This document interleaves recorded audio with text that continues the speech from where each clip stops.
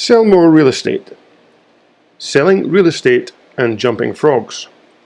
I started my selling career back in the early 70s, going around some of the not-so-savoury parts of the city of Edinburgh, Scotland, as you can tell by the accent, in the early evenings, knocking on doors. The product was a life assurance policy, which isn't that easy to sell because it's actually a death assurance policy. I have to admit right here and now that while the insurance company itself was legit, the selling methods that we were taught were extremely dodgy. There was a lot of psychological manipulation involved, and the only redeeming feature was that the policy itself was a good one. If it hadn't been, there's no way I could have lived with myself.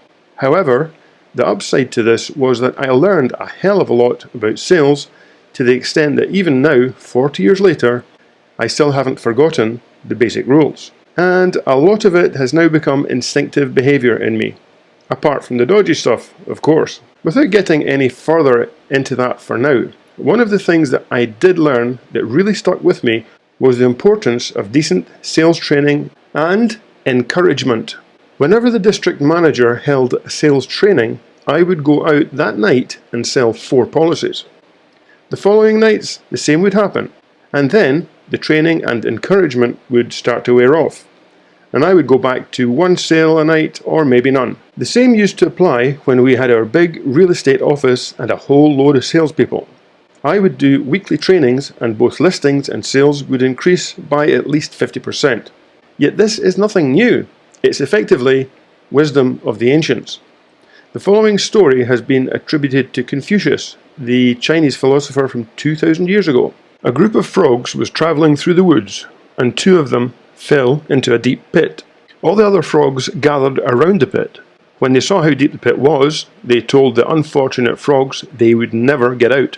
The 2 frogs ignored the comments and tried to jump up out of the pit, but still the other frogs kept telling them to stop, that they were as good as dead. Finally, one of the frogs took heed to what the other frogs were saying and simply gave up. He fell down and died. The remaining frog continued to jump as hard as he could. Once again, the crowd of frogs yelled at him to stop the pain and suffering and just die. He jumped even harder and finally made it out. When he got out, the other frogs asked him, "Why did you continue jumping? Didn't you hear us?" The frog explained to them that he was deaf. He thought that they were encouraging him the entire time. How cool is that? Confucius was also said to have written, "Man who breaks wind in church must sit on his own pew." But hey, I don't think that's true. This has been Norm MacLeod from sellmorerealestate.com. Thanks for watching. See you next time.